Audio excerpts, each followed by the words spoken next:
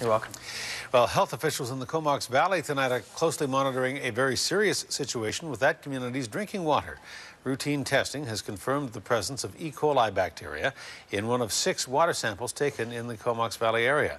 Now, that immediately prompted a boil water advisory that is expected to stay in effect until at least Monday.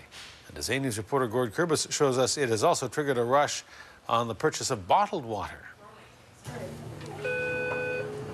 Comox Valley Regional District, Claudette speaking. It's been a hectic day for staff at the Comox Valley Regional District. Phone calls have been steady all morning with people fearful about what's inside this glass. The presence of E. coli has been found in the area's drinking water. We treat it as a fairly serious problem. Any indication that there's a contamination of the water supply we take very seriously, and that's why the boil water advisory was issued. Until further notice, water from the Comox Valley water... News of the possible E. coli contamination has spread quickly, even to other parts of Canada, and that's assisted in getting the public informed about the situation. With the exception of some fountains and water sources we found today in city parks, the message to dry up the drinking water seems to have gotten through. And from the feedback we're getting, it seems like it's working fairly well. The warning advises that water for drinking, cooking, making ice, or even brushing teeth should be first boiled for at least 1 minute and then cooled. Today, that's meant extra work for local restaurateurs. And this is a very rare occasion to have an E. coli threat.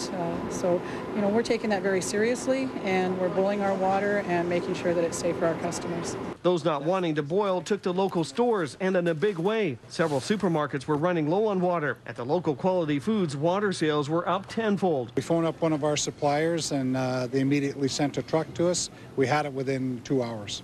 The store managed to secure more than half a dozen palletfuls of replacement water this morning, but it's expected this will all be gone by day's end. And then we'll reload. There's more coming behind you. There's more coming tomorrow, yeah. What caused the E. coli reading hasn't been determined yet, but it has been narrowed down to coming from this location. Behind me is the Arden Reservoir, one of several distribution points where the majority of the people of the Comox Valley get their drinking water from.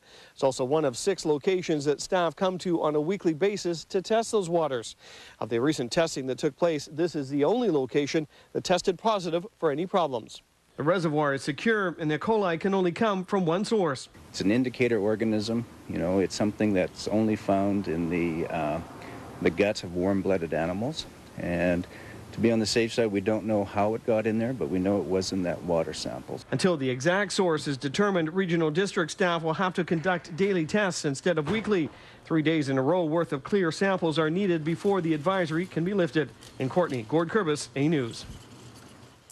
RCMP and the NAMO are asking tonight for you to